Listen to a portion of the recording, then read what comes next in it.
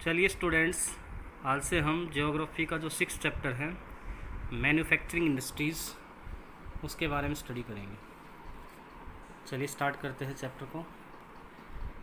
Production of goods in large quantities after processing from raw materials to more valuable product is called manufacturing. Exam के अंदर definition पूछी जा चुकी है कि मैन्युफैक्चरिंग क्या है, तो आप लोगों को यहाँ से लाइन पिक करनी है कि जो प्रोडक्शन है किसका, उत्पादन किसका, लार्ज क्वांटिटी के अंदर और प्रोसेस करने के बाद रॉ मटेरियल का किसके अंदर, टू मोर वैल्यूएबल प्रोडक्ट के अंदर, यानी कि जो कच्चा माल है उसको उपयोगी पदार्थ के अंदर या उपयोगी माल के अंदर कन्वर्ट करना, उपयोगी पदार्थ के अंदर कन्वर्ट करना ही क्या कहलाता है, मैन्युफैक्चरिंग कहलाता है। डू यू नो, क्या आप जानते हैं that paper is manufacture from would. अब यहाँ एक क्वेश्चन पुट किया गया है, क्या आपको पता है कि जो कागज़ है वो किससे बना है, लकड़ी से। शुगर किससे बनी है, शुगर केन से। आयरन किससे बना है, आयरन स्टील किससे बना है, आयरन ओर से। एल्यूमिनियम किससे, बॉक्साइट से। तो इस तरीके से यहाँ रॉ मटेरियल दर्शाया गया है और साथ साथ जो फिनिश प्रोडक्ट है उसको भी दिखाने का प्रयास किया गया। Do you also know that, क्या आप ये भी जानते हैं, some types of clothes are manufactured from yarn. कुछ जो कपड़े हैं वो किससे बने हैं, रेशे से। Which it self is an industrial product. ये रेशा भी क्या है, अपने आप में एक इंडस्ट्रियल प्रोडक्ट है। आइए नेक्स्ट देखते हैं, नेक्स्ट पैराग्राफ में क्या बताया गया है। People employed in secondary activities. अब मोस्टली वो लोग जो सेकेंडरी एक्टिविटीज़ के अंदर इन्वॉल्व हैं, सेकेंडरी एक्टिविटीज़ मीन्स मैन्युफैक्चरिंग के अंदर, the primary material into finished goods. वो क्या करते हैं, जो प्राइमरी मटेरियल है उसको किसके अंदर कन्वर्ट करते हैं, फिनिश्ड गुड्स के अंदर। यानी कि मैन्युफैक्चरिंग की जो प्रोसेस है उस प्रोसेस के ज़रिए, जो कि सेकेंडरी एक्टिविटी में आती है, उस प्रोसेस के ज़रिए जो प्राइमरी प्रोडक्ट से, प्राइमरी जो एक्टिविटी है उनसे जो प्रोडक्ट मिला है हमें, जो रॉ मटेरियल मिला है उसको हम लोग एक तैयार माल के अंदर कन्वर्ट करते हैं, इंडस्ट्रीज़ के अंदर, फैक्ट्रीज़ के अंदर, वर्कशॉप के अंदर। The workers employed in steel factories. जो वर्कर हैं, श्रमिक हैं, जो कहाँ, स्टील फैक्ट्रीज़ के अंदर काम करते हैं, कार के अंदर काम करते हैं, ब्रेवरीज़ के अंदर, टेक्सटाइल इंडस्ट्रीज़ के अंदर, बेकरीज़ के अंदर etcetera, fall into this category. वो सारे के सारे किस कैटेगरी में आते हैं, मैन्युफैक्चरिंग इंडस्ट्रीज़ के अंदर या मैन्युफैक्चरिंग सेक्टर के अंदर। कुछ एग्जांपल दिए, यहाँ क्या हो रहा है, निर्माण हो रहा है, विनिर्माण हो रहा है। अब आगे देखिए, some people are employed in providing services. जबकि कुछ लोग ऐसे हैं जो सेवाएं उपलब्ध करवाने के लिए एम्प्लॉय है, मतलब कुछ लोग ऐसे हैं जो हमें सेवाएं उपलब्ध करवा रहे हैं। इन दिस चैप्टर, इस चैप्टर में we are mainly concern with manufacturing. हमारा जो मुख्य मुद्दा होगा वो क्या होगा, मैन्युफैक्चरिंग का, मैन्युफैक्चरिंग इंडस्ट्रीज़ का, विच fall in the secondary sector. और ये जो मैन्युफैक्चरिंग है किस सेक्टर के अंदर आता है, सेकेंडरी सेक्टर के अंदर। अब आगे देखिए, the economic strength of a country is measured by the development of manufacturing industries. अगर आप लोगों को इकोनॉमिक डेवलपमेंट के बारे में जानना है तो वहाँ सबसे पहले देखने वाली चीज़ क्या होगी कि वहाँ मैन्युफैक्चरिंग इंडस्ट्रीज़ का कितना डेवलपमेंट हुआ है। अगर ऐसा हो रहा है तो डेफिनेटली वहाँ इकोनॉमिक स्ट्रेंथ उस कंट्री की मजबूत मिलेगी। चलिए अब आगे देख लेते हैं कि इम्पोर्टेंस क्या है मैन्युफैक्चरिंग की, किस वजह से इसको इतनी प्रायोरिटी दी गई है। जो डेवलपिंग नेशन है और डेवलप्ड नेशन उनके अंदर, चलिए जान लेते हैं इम्पोर्टेंस क्या है। Manufacturing sector is considered the backbone of development in general and economic development in particular mainly. अब क्या कह रहा है कि मैन्युफैक्चरिंग सेक्टर को कंसीड किया है कि ये बैकबोन है किसी भी डेवलपमेंट के लिए आमतौर पर, एंड इकोनॉमिक डेवलपमेंट के लिए पर्टिकुलर मेनली।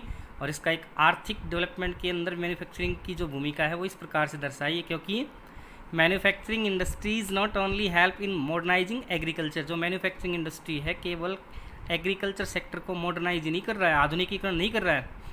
इसका सीधा सा मतलब ये है कि मैन्युफैक्चरिंग सेक्टर के अंदर एग्रीकल्चरल जो इनपुट्स हैं वो तैयार होते हैं, जिससे कि हमारी जो एग्रीकल्चरल जो एक्टिविटीज़ हैं वो भी इम्प्रूव होती हैं। ये केवल मॉडर्नाइजिंग ही नहीं कर रहा है एग्रीकल्चर को, इसके साथ साथ क्या कह रहा है, which forms the backbone of our economy.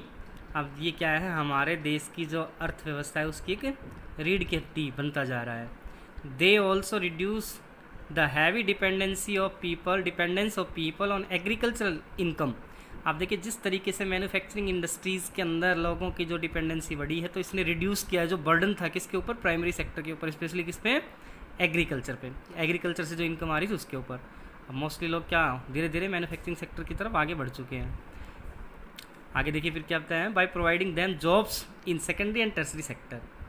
अब इसके ऊपर जो डिपेंडेंसी है प्राइमरी सेक्टर के ऊपर, इसके कम होने का रीज़न क्या बताया यहाँ पर, क्योंकि उनको जॉब प्रोवाइड की जा रही है ऐसे लोगों को जो प्राइमरी सेक्टर के अंदर इन्वॉल्व थे, स्पेशली किन किन सेक्टर के अंदर, सेकेंडरी सेक्टर के अंदर और टर्सरी सेक्टर के अंदर। इस वजह से यहाँ हम लोग देख लेते हैं किस तरीके से जो फर्स्ट इंपॉर्टेंस निकल के आती है मैन्युफैक्चरिंग की।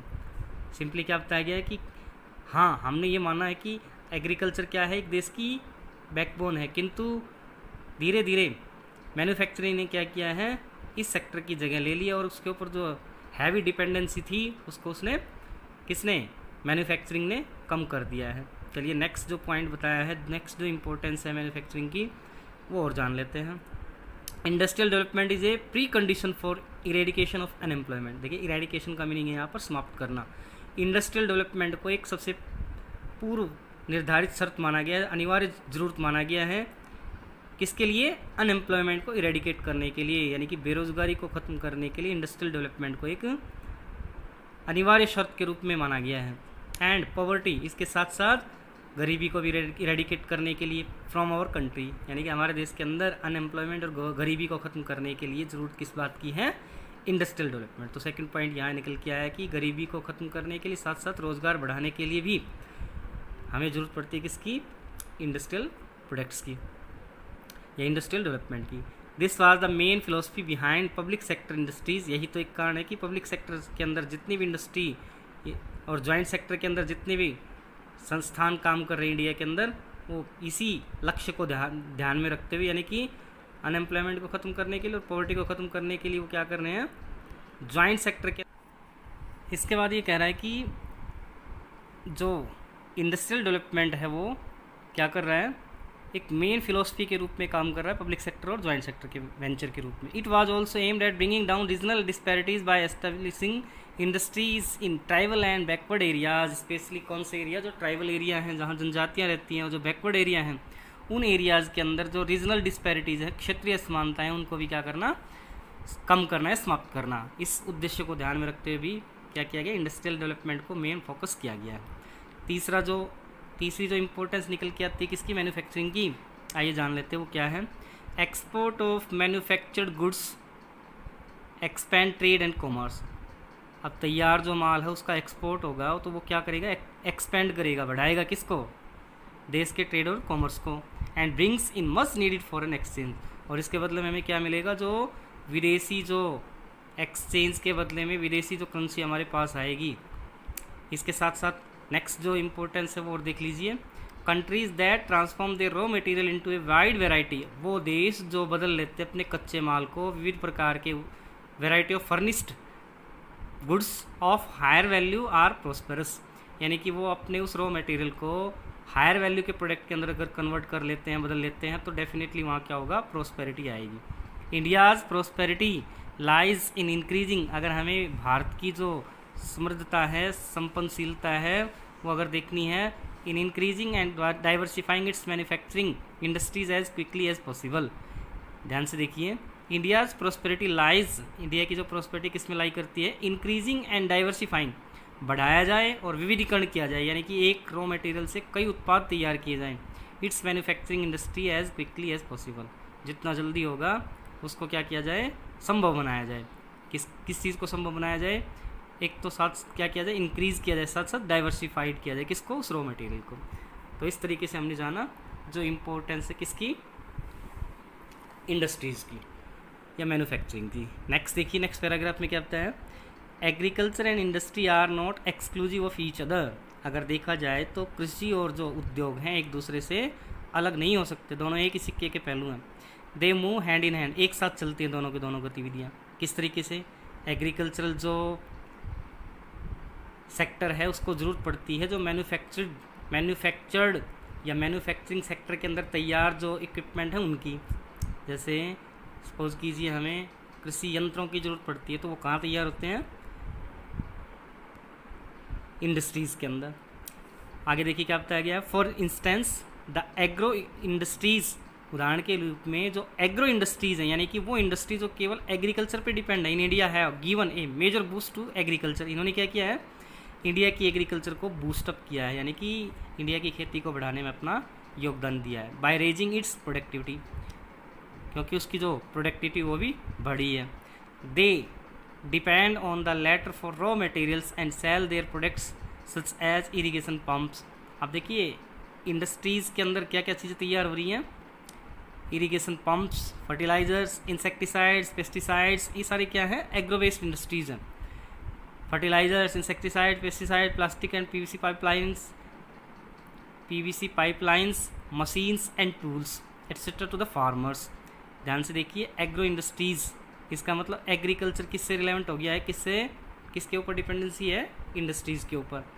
आगे देखिए, Thus, development and competitiveness of manufacturing industry has not only assisted agriculturists in increasing, केवल खेती के उत्पाद के अंदर ही बढ़ोतरी से डेवलपमेंट नहीं होगा एक देश के अंदर, साथ साथ क्या कह रहा है, their production but also made the production process very efficiently। इसने केवल उत्पादन को ही नहीं बढ़ाया, साथ साथ क्या कह रहा है, ये प्रोडक्शन प्रोसेस को बड़ा एफिशिएंट बना दिया, प्रभावशाली बना दिया है इन उत्पादों ने। यानी कि इंडस्ट्रियल सेक्टर के अंदर जो इक्विपमेंट तैयार हुए हैं, इंडस्ट्रियल प्रोडक्ट तैयार हुए हैं, खासकर किसके लिए, एग्रीकल्चर के लिए, उन्होंने प्रोडक्टिविटी तो इंक्रीज़ की है, साथ साथ एफिशिएंसी को भी क्या कर दिया, इंक्रीज़ कर दिया है। In the present day world of globalisation, अगर देखा जाए तो आज जो ग्लोबलाइजेशन का जो युग है, इस युग के अंदर our industry needs to be more efficient and competitive. हमारी इंडस्ट्रीज़ को ज़रूरत है किस बात की, और ज़्यादा प्रभावी हों और प्रतिस्पर्धा कर।